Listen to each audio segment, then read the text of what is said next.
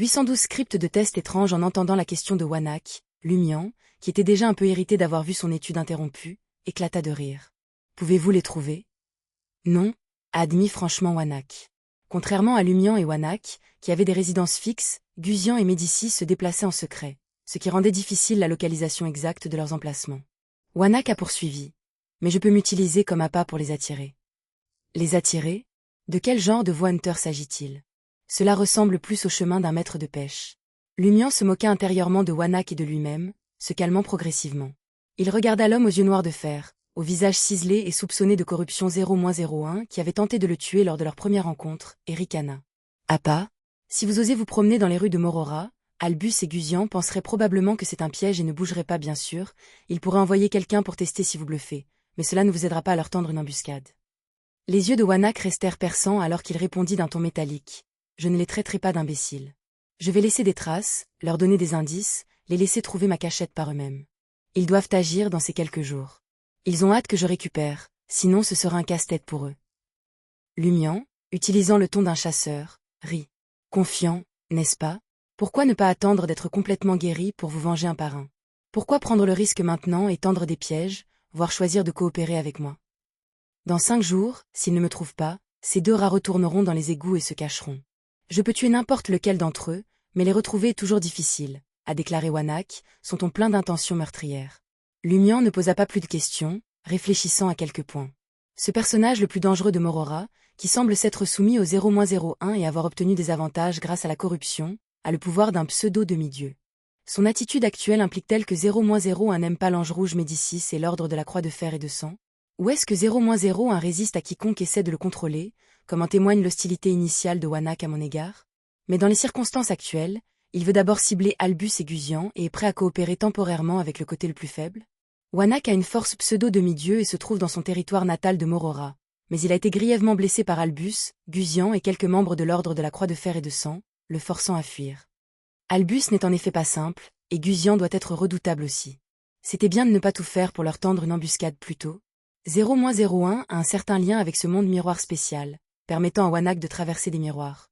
Lumian regarda Wanak, qui attendait patiemment sa réponse, et sourit. Pourquoi moi?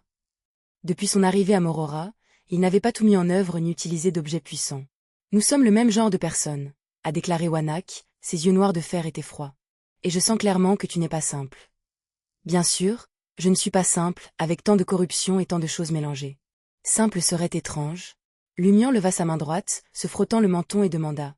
N'as-tu pas peur que je profite de cette opportunité pour t'éliminer toi, Albus et Guzian ensemble? Tu devrais toujours te méfier des autres. Vous n'en avez pas la capacité, a déclaré sans détour Wanak. Et à Morora, vraiment me tuer n'est pas facile. Lumian se pencha en arrière sur sa chaise, fermant à moitié les yeux. Après quelques secondes, il dit, heure et lieu. Le moment est incertain. Cela dépend des progrès de l'enquête d'Albus et de Guzian. Je vous informerai à l'avance de l'heure et du lieu approximatif, a déclaré Wanak, son visage pointu et ciselé montrant un rare sourire. Lumian ouvrit les yeux et se redressa. Avec votre force, vous avez été grièvement blessé par eux. Quelle capacité spéciale ont-ils montré au combat? Pas grièvement blessé, presque, a souligné Wanak. Cet Albus a des pouvoirs spéciaux ou des objets qui peuvent créer un brouillard de guerre, une capacité de chasseur de haut rang. Guzian, en plus d'être un puissant chasseur, possède des capacités de voix démoniaque et peut utiliser le monde miroir dans une certaine mesure. Lumian écoutait attentivement, son sourire s'élargissant progressivement. C'est un plaisir de travailler avec vous. Wanak hocha légèrement la tête, sa silhouette s'effaçant progressivement dans le miroir ondulant. Lumian était assis tranquillement sur sa chaise, marmonnant pour lui-même. Est-ce un piège? Wanak, Albus et Guzian utilisent des gens comme des pions dans un drame pour me tendre une embuscade? Ou Wanak profite-t-il de cette opportunité pour éliminer Albus, Guzian et moi ensemble? Lumian pensait à beaucoup de choses, jusqu'à ce qu'il ait mal à la tête. Oubliez ça, je réfléchirai à ces complots dans quelques jours. Faire face aux chasseurs est difficile. Pour l'instant, concentrez-vous sur la lecture. Lumian reporta son attention sur « Exemple de construction de mausolée ».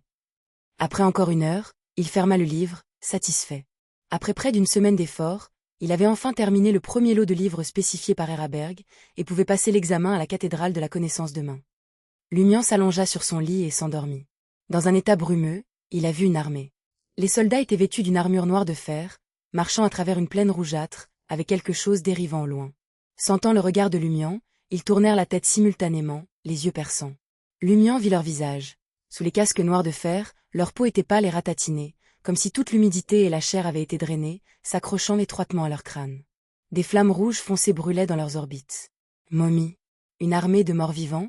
Alors que Lumian réalisait cette prise de conscience, une immense peur surgit de son cœur, le poussant à se soumettre à une entité inconnue.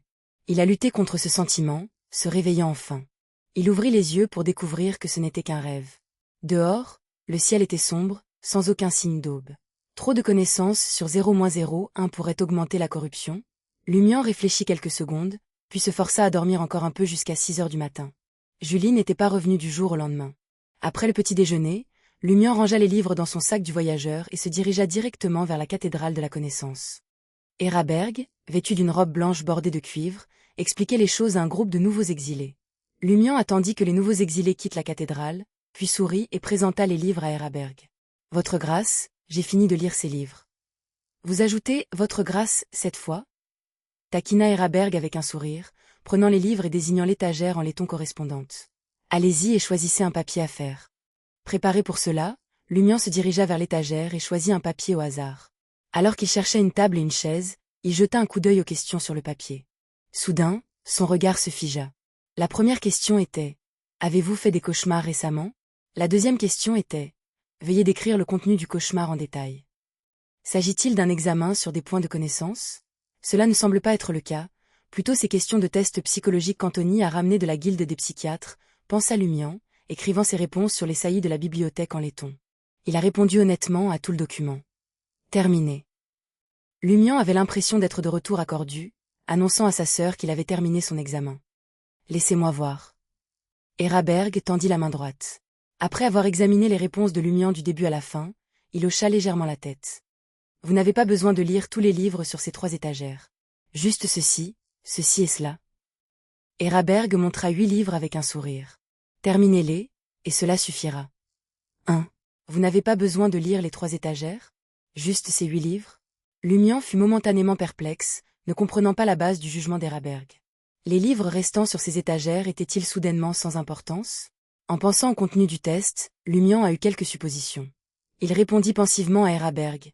« Très bien, votre grâce. » Alors qu'il plaçait les livres dans le sac du voyageur, Lumian estima approximativement le temps nécessaire. S'il se concentrait sans aucune interruption, il pourrait terminer un livre par jour, mais ce serait suspect. Environ 2 semaines, peut-être un peu plus, mais selon Héraberg, les terminer est suffisant, bien mieux que mon plan initial de prendre 6 mois pour lire les 3 étagères. Lumian poussa doucement un soupir de soulagement, se sentant beaucoup mieux. Il a imité les discussions folles occasionnelles de sa sœur Aurora et Franca, en pensant avec un sourire. Albus, Julie, Guzian et Wanak, attendez 2 semaines. Une fois que j'aurai fini d'étudier, je vous tuerai tous. Pour l'instant, je vais profiter de « l'invitation » de Wanak pour trouver des indices d'Albus sur la tête de Handbro. Et recueillir des renseignements sur la démone également. Samedi soir, Trèves, quartier de la cathédrale commémorative. Franca a regardé Jenna, qui avait naturellement emménagé dans la chambre d'amis après son retour de Port-Lezeur, et n'a pas demandé pourquoi. Un peu bouleversée, elle dit « Tu n'as pas l'air très content. » Julien insiste-t-il pour retourner à Trèves? Oui, il est tellement têtu. Jenna soupira profondément. En fait, toi aussi, et ta mère aussi.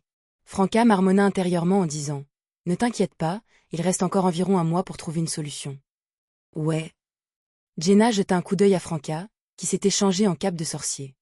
Est-ce que vous remplacez Lumian à ce rassemblement de mysticisme? Oui. Franca jeta la boucle d'oreille en argent de lit en l'air et la rattrapa.